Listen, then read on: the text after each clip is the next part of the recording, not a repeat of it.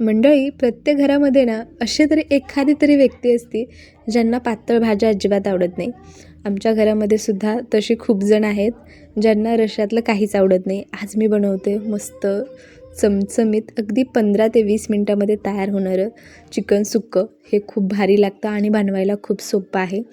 त्यासाठी कढईमध्ये 2 चमचे तेल घातलं आणि काही खडे मसाले घातलेले आहेत आणि इथं छोट्या आकाराचे 2 कांदे उभे पातळ करून यामध्ये घातलेले आहेत.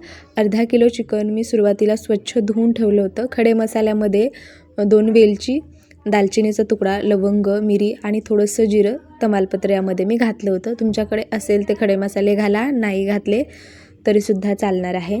स्वच्छ धुतलेलं चिकन कांद्यासोबत व्यवस्थित असं परतून घ्यायचं. अगदी तुम्ही हॉस्टेलमध्ये राहत असाल, बॅचलर असाल तरीसुद्धा तुम्ही हे चिकन सुक्कं बनवून खाऊ शकता. गरमागरम भातासोबत किंवा चपाती फुलक्यासोबत तर खूपच भारी लागतं. अगदी घाई गडबडीमध्ये सुद्धा तुम्ही हे चिकन सुक्कं बनवून खाऊ शकता. यामध्ये मी अजिबात पाणी वगैरे घातलं नव्हतं किंवा यासाठी ना खूप जास्त असं वाटण वगैरे काही लागत नाही. आता याला ना मी व्यवस्थित असं 2 मिनटासाठी परतून घेतलं आणि झाकण ठेवून 1-1.5 मिनटासाठी याला वाफवून घ्यायचं.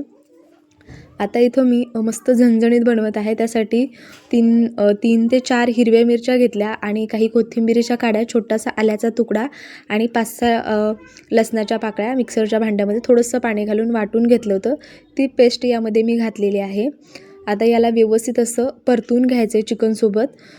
याचा जो कच्चा स्मेल असतो ना अद्रक लसणाचा, तो निघून जाईपर्यंत याला परतायचा आणि झाकण ठेवून यालासुद्धा अगदी 1-1.5 मिनटासाठी वाफवून घ्यायचं. गॅस मध्यम ठेवलेला आहे. मध्यम आकाराचा टोमॅटो कट करून यामध्ये मी घातलेला आहे. आता यामध्ये चवीनुसार मीठ घालायचं. सुरुवातीपासून आत्तापर्यंत आपण मीठ घातलं नव्हतं. 3 ते 4 मिनटं झालेले आहेत. गरम मसाला, साठवणीतलं काळं तिखट, पाव चमचा हळद यामध्ये मी घातलेले आहे आणि लाल मिरची पावडर अगदी थोडीशी घातलेली आहे. सुरुवातीला मी 3 हिरव्या मिरच्या यामध्ये घातल्या होत्या, त्यामुळे लाल तिखट थोडंसं घातलेलं आहे.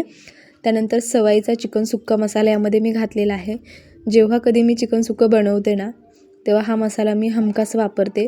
का तर याची टेस्ट खूप भारी येते आणि याचा रश्श्याचा जो मसाला आहे ना, तो सुद्धा खूप भारी आहे. पण जर तुम्ही असे बॅचलर असाल, जास्त कोणतेच मसाले तुमच्याकडे अवेलेबल नसतील ना, तर फक्त लाल मिरची पावडर आणि थोडासा गरम मसाला आणि हा चिकन सुक्का मसाला जर वापरला ना, तर खूप भारी चव येते. आता हे सगळे मसाले व्यवस्थित असे मी परतून झाकण ठेवलेलं आहे. तर तुम्ही बघू शकता यामध्ये मी अजिबात पाणी न घालता याला किती सारं पाणी सुटलेलं आहे. मस्त अशी लपथपीत याची ग्रेव्ही तयार झालेली आहे. हवं असलं तर एखादा छोटा ग्लास भरून पाणी गरम करून तुम्ही यामध्ये घालू शकता. पण आमच्या घरामध्ये ना हे चिकन सुक्कं असंच थोडंसं असं लपथपीतच आवडतं. आता याला मी पुढच्या 3 ते 4 मिनटासाठी झाकण ठेवून शिजवून घेतलं. त्यानंतर वरून थोडीशी कोथिंबीर यावरती घातलेली आहे आणि हे चिकन सुक्कं खाण्यासाठी तयार आहे मंडळी. मस्त ताटामध्ये वाढवून घ्यायचं आणि गरमागरम भात यासोबत खूप भारी लागतो. माझ्या मुलाला गरमागरम फुलके आणि हे चिकन सुक्कं खूप जास्त प्रचंड आवडतं. वरून थोडीशी कोथिंबीर घातलेली आहे. बरं मंडळी, तुम्ही जर आपल्या चॅनलवर आज पहिल्यांदा आला असेल, आणखी आपल्या चॅनलला सबस्क्राईब नसेल केलं तर जरूर सबस्क्राईब करा. साईडचं बेल आयकॉन प्रेस करा अशा सिंपल आणि टेस्टी रेसिपी पाहण्यासाठी. बरं मंडळी, तुम्ही जर ही रेसिपी फेसबुकवर पाहत असाल, आणखी आपल्या पेजला फॉलो नसेल केलं तर तुम्हीसुद्धा फॉलो करून घ्या आणि तुम्हाला ही रेसिपी कशी वाटली ते कमेंट करून जरूर सांगा. तर मंडळी, याची चव खूप भारी येते.